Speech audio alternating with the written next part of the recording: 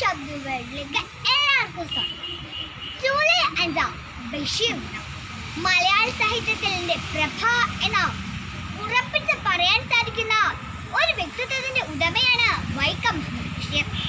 1908 ജനുവരി 21 കോട്ടയം ജില്ലയിലെ വൈക്കത്തിനടുത്തുള്ള തലയോലപ്പറമ്പിലാണ് അദ്ദേഹം ജനിച്ചത്.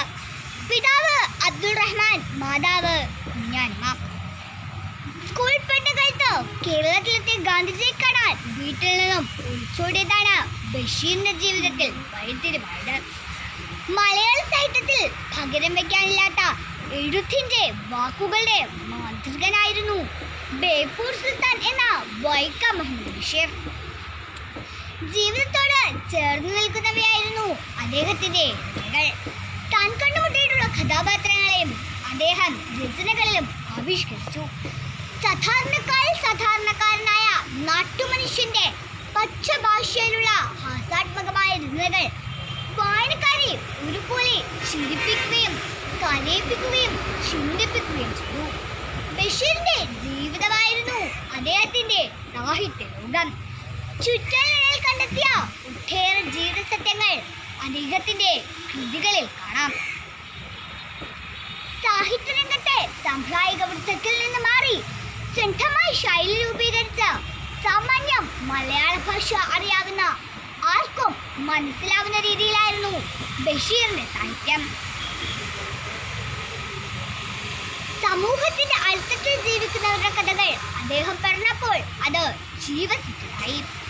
ഇസ്ലാം മതത്തിൽ ഒരു കാലത്ത് നിലനിന്നിരുന്ന എല്ലാ അനാചാരങ്ങൾക്കെതിരെയും വിമർശനാത്മകമായി അദ്ദേഹം തൂലിക ചലിപ്പിച്ചു. 1943 ഇറങ്ങിയ പ്രേമലേഖനമായിരുന്നു അദ്ദേഹത്തിന്റെ ആദ്യ കൃതി. ബാല്യകാല സഹി, എൻ്റെ ഉപ്പുപ്പാക്ക് ആനയുണ്ടായിരുന്ന ആനവാരിയും പൊൻകുരിശും, പാത്തുമ്മയുടെ ആട്, മാന്ത്രിക പൂച്ച,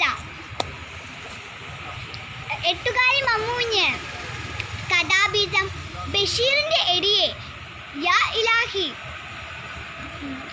എന്നിവയായിരുന്നു അദ്ദേഹത്തിന്റെ പ്രധാന കൃതികൾ. 10 വർഷം ഇന്ത്യ ഒട്ടാകെ സഞ്ചരിച്ചു. കേന്ദ്ര സാഹിത്യ അക്കാദമി, കേരള സാഹിത്യ ഫെലോഷിപ്പുകൾ, രാഷ്ട്രത്തിനും സാഹിത്യത്തിനുമായി 4 നാമപത്രങ്ങൾ. 1982 ഇന്ത്യ ഗവൺമെന്റ് പത്മശ്രീ നൽകി അദ്ദേഹത്തെ ആദരിച്ചു. 1957 പ്രേംനസീർ അവാർഡ്, ലളിതാംബിക അന്തർജനം സാഹിത്യ അവാർഡ്, മുറ്റത്ത് വർഗി അവാർഡ്, വള്ളത്തോൾ പുരസ്കാരം എന്നിവ ലഭിച്ചു. മനുഷ്യനല്ലാതെ ആട്, കോഴി, പൂച്ച, പട്ടി, കാക്ക തുടങ്ങിയ ജീവികളും ബഷീറിന്റെ കഥാപാത്രങ്ങളായിരുന്നു.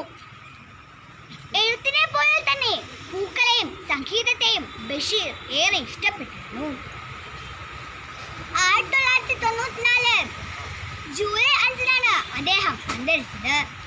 അദ്ദേഹത്തിന്റെ ജന്മദിനമാണ് ജൂലൈ 5 ബഷീർ ദിനമായി ആചരിക്കുന്നത്. കഥകൾ പറഞ്ഞു സ്വയം കഥയായി മാറിയ ദിവസം.